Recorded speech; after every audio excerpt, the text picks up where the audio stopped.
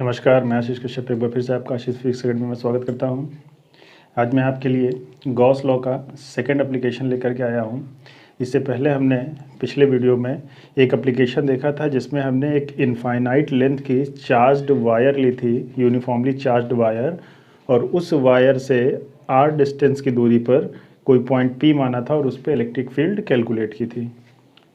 आज के एप्लीकेशन में या आज के इस टॉपिक में हमने क्या किया है, एक इनफाइनाइट लेंथ की या इनफाइनाइट प्लेन शीट ली है जो यूनिफॉर्मली चार्ज्ड है।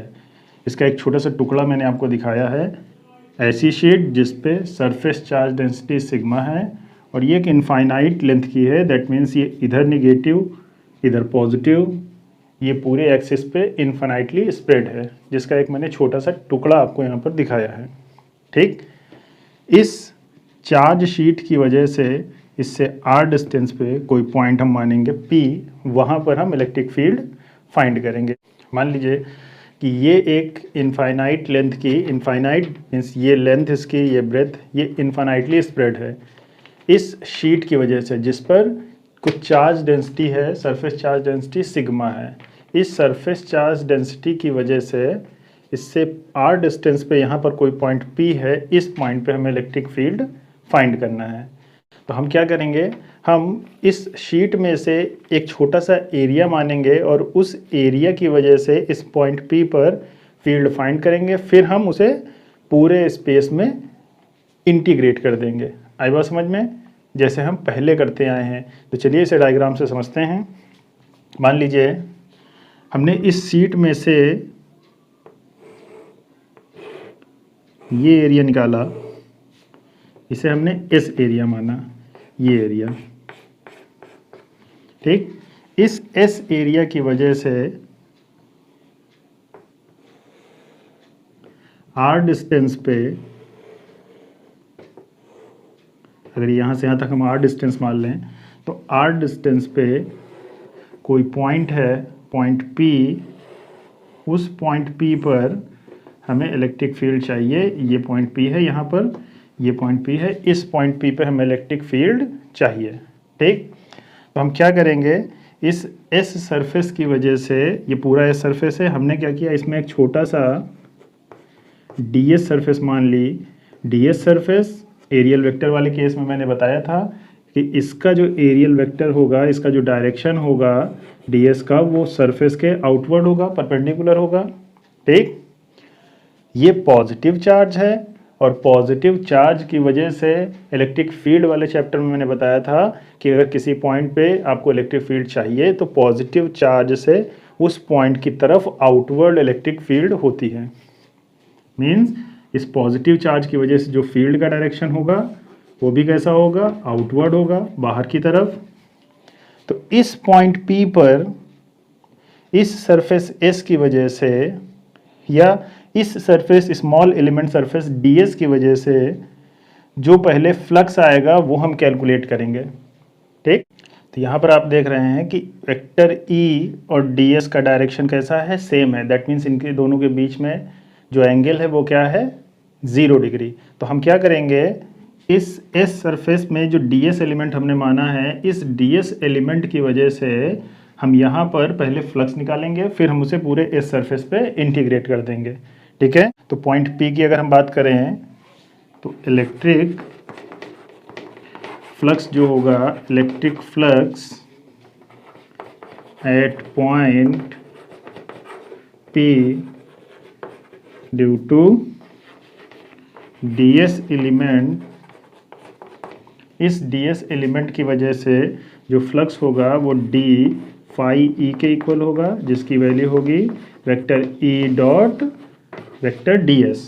ठीक, E डॉट DS, अगर हम इसे डॉट प्रोडक्ट को ओपन करेंगे तो हमें क्या मिलेगा, आई होप यहाँ आपको नीचे दिख रहा हो, d फाई मिलेगा E DS कॉस थीटा, और थीटा की वैल्यू कितनी है, 0 डिग्री।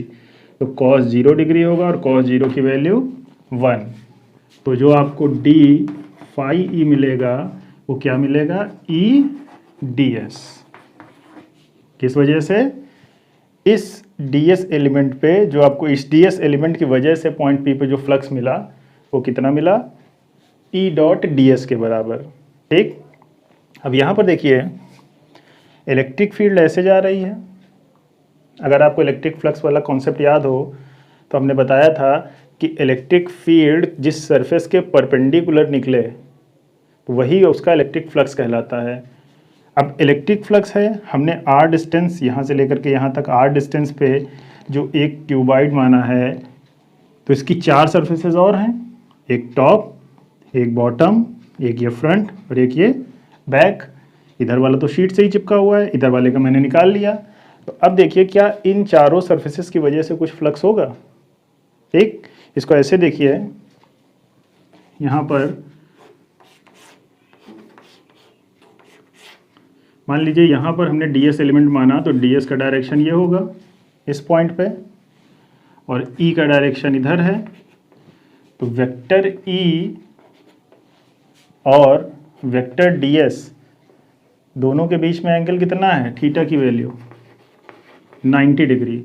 इधर आप टॉप वाला लें, बॉटम वाला लें, फ्रंट वाला लें, बैक वाला लें, थीटा की वैल्यू क्या होगी 90 डिग्री। और जैसे ही हम थीटा यहाँ पर प्लेस करेंगे cos 90, तो cos 90 0। दैट मीन्स बाकी चारों सरफेसेस के लिए, जो ये 4 सरफेसेस और हैं, उसके लिए फ्लक्स क्या होगा, उसके लिए फ्लक्स हो जाएगा आपका 0। ठीक, तो पॉइंट P पर आपने S एलिमेंट की वजह से एक डायरेक्शन में पॉइंट P पर फ्लक्स निकाल लिया। इसको ऐसे समझिए, ये आपके पास शीट है, इस पॉइंट P पर हमें फ्लक्स चाहिए था। हमने क्या किया, हमने एक क्यूबाइड सरफेस मान करके यहाँ पर पॉइंट P पर फ्लक्स निकाल लिया। किस चार्ज की वजह से, इतना चार्ज जितना इस सरफेस को कवर कर रहा है, इस S सरफेस की वजह से, या इस S सरफेस में जितना चार्ज है उसकी वजह से। बट आपको दिख रहा है कि अगर हम इस शीट की बात करें तो इस शीट के एक एंड पे तो हमने सरफेस मानी, पर इसका दूसरा एंड भी है।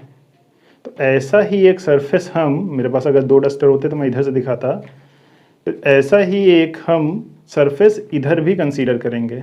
तो एक सरफेस इधर की तरफ, एक सरफेस इधर की तरफ। दैट मीन्स अगर ये बीचों बीच में ऐसे रख दिया जाए तो दोनों एंड पे हमें सरफेस कंसीडर करनी पड़ेंगी, तभी ये जो चार्ज है, ये सरफेस है, ये सरफेस दोनों तरफ से लगा करके क्लोज हो पाएगी। ठीक, शीट के एक एंड पे इधर हमने मान लिया गॉसियन सरफेस, और एक एंड पे इधर से मान लिया गॉसियन सरफेस। तो जब दोनों सरफेसेस को हम दोनों तरफ से बंद कर देंगे, उस सरफेस को, एस सरफेस को, तो ये क्लोज्ड सरफेस हो जाएगी। तो गॉसियन सरफेस का कॉन्सेप्ट क्या कहता है कि कोई चार्ज क्लोज्ड सरफेस में हो। ठीक, तो यहाँ पर देखिए इस सरफेस की वजह से r डिस्टेंस पे उतनी ही दूर इस एंड पे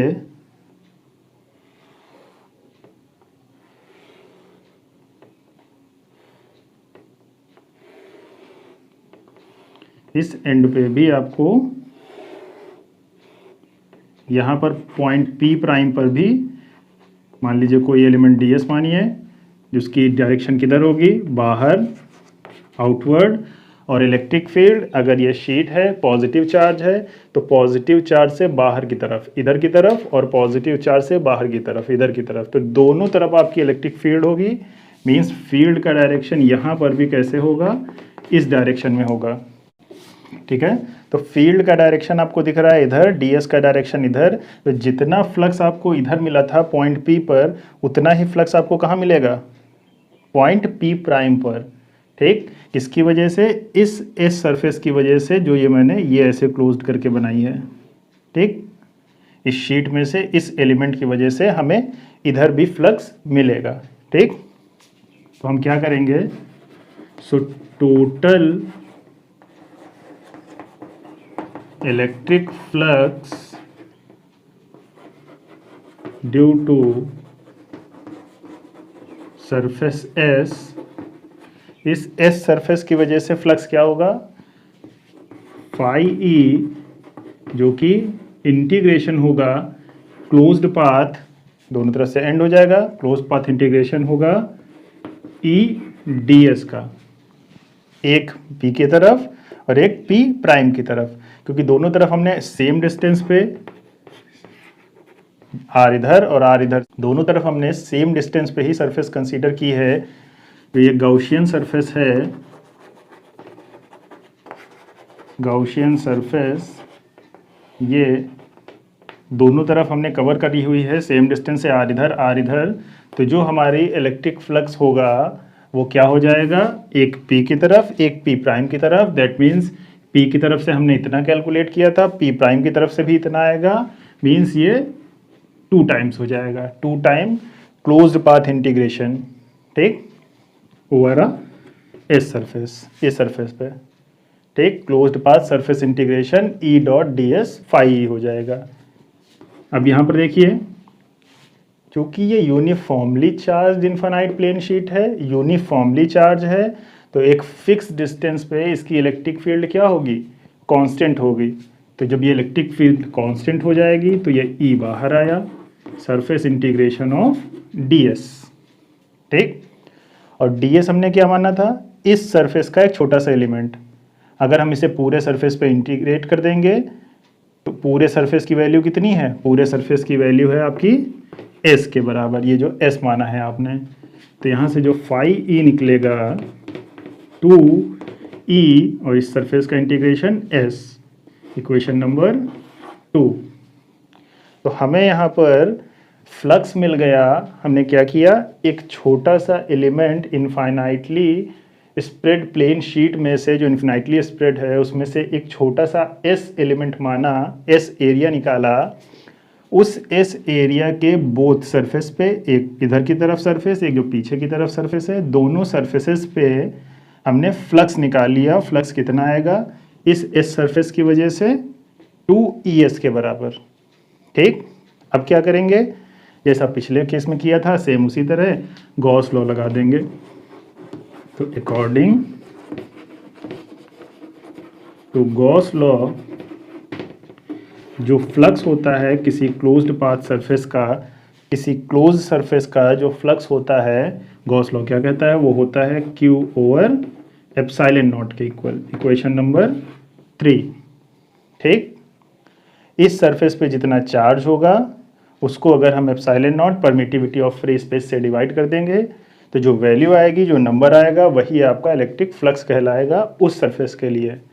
तो अब इस सरफेस पे चार्ज कितना है, कॉन्टिन्यूअस चार्ज डिस्ट्रीब्यूशन वाले चैप्टर में मैंने डिटेल में बताया है line charge density, surface charge density और volume charge density.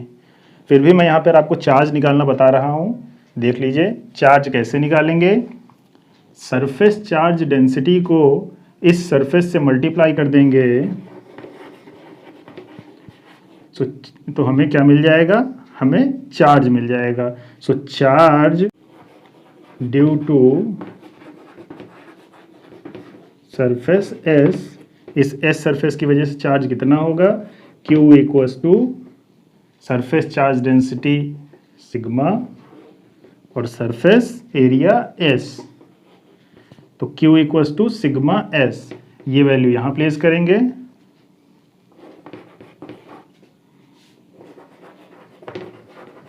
Using equation 4 in 3, तो 4 in 3 सिग्मा हमें मिल जाएगा, सॉरी साई मिल जाएगा। साई ई हो गया आपका Q के जगह पे sigma S over epsilon naught, equation number 4 5। हाँ, अब इक्वेशन 5 में आपको according to Gauss law flux मिल गया है और इक्वेशन 2 में आपने फ्लक्स कैलकुलेट किया है इस एस सरफेस की वजह से। तो हम क्या करेंगे, इक्वेट कर देंगे। इक्वेटिंग इक्वेशन 2 and 5, जैसे ही हम 2 और 5 को इक्वेट करेंगे, दोनों के राइट साइड में साई है, तो 2ES equals to sigma S over epsilon naught. तो यहाँ देखिए ये S कैंसिल हो जाएगा, यहाँ से जो E मिलेगा इलेक्ट्रिक फील्ड वो क्या होगी, सिग्मा ओवर एप्सिलॉन नॉट पहले से था, ये 2 था, अपॉन में आ जाएगा 2 एप्सिलॉन नॉट। ये आपको इलेक्ट्रिक फील्ड मिल गई। Electric field at any point, distance matter नहीं कर रही है, किसी पॉइंट पर due to infinitely charge infinite plane sheet. इस प्लेन शीट में से इस एरिया की वजह से हमने पॉइंट P पर फील्ड कैलकुलेट की, पर आपको दिख रहा है कि यहाँ पर ना एस एरिया आया है, किस एरिया की वजह से, वो एरिया नहीं आया, कितने डिस्टेंस पे, वो भी नहीं आया है।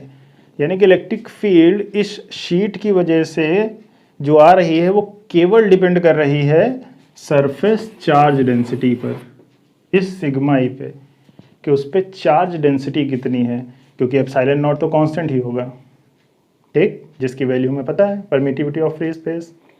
तो किसी इनफाइनाइट प्लेन शीट की वजह से जो हमें इलेक्ट्रिक फील्ड मिली वो क्या मिली, सिग्मा ओवर 2 एप्सिलॉन नॉट, ठीक। इसका डायरेक्शन हमने बताया था कि पॉजिटिव चार्ज है ये शीट, तो इससे बाहर की तरफ, इधर और इधर, आई बात समझ में।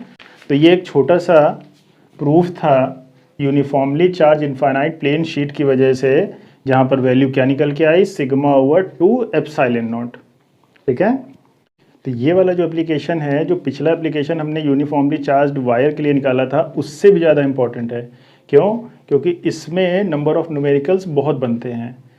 इसमें आपको डिफरेंट केसेस दे दिए जाते हैं। मान लीजिए आपसे कह दिया गया कि ये एक शीट है पॉजिटिवली चार्ज, इसके पैरेलल एक और शीट रखी है पॉजिटिवली चार्ज। अब इन दोनों शीट की वजह से इलेक्ट्रिक फील्ड फाइंड करिए, एक इसके अंदर, एक यहाँ पर, एक यहाँ पर, ठीक। या एक पॉजिटिव शीट है और एक निगेटिव शीट है, इन दोनों की वजह से आप इलेक्ट्रिक फील्ड फाइंड करिए, ठीक है। तो इस टॉपिक से नंबर ऑफ क्वेश्चन बहुत ज़्यादा बनते हैं। जो 2 केसेस मैंने बताए वो आप यहाँ पर देख लीजिए, अगर आपको समझ में नहीं आया है। कहा जाता है कि अगर कोई 2 शीट हैं, मान लीजिए ये शीट नंबर 1 है, ये शीट नंबर 2 है, इस पे चार्ज डेंसिटी सिग्मा 1 है, इस पे चार्ज डेंसिटी सिग्मा 2 है, इनफाइनाइटली शीट है, यही वाली पूरा कॉन्सेप्ट दिया जाता है। तो इस पॉइंट P पर अंदर कोई पॉइंट है, पॉइंट P, यहाँ पर इलेक्ट्रिक फील्ड निकालिए अगर ये दोनों पॉजिटिवली चार्ज हैं,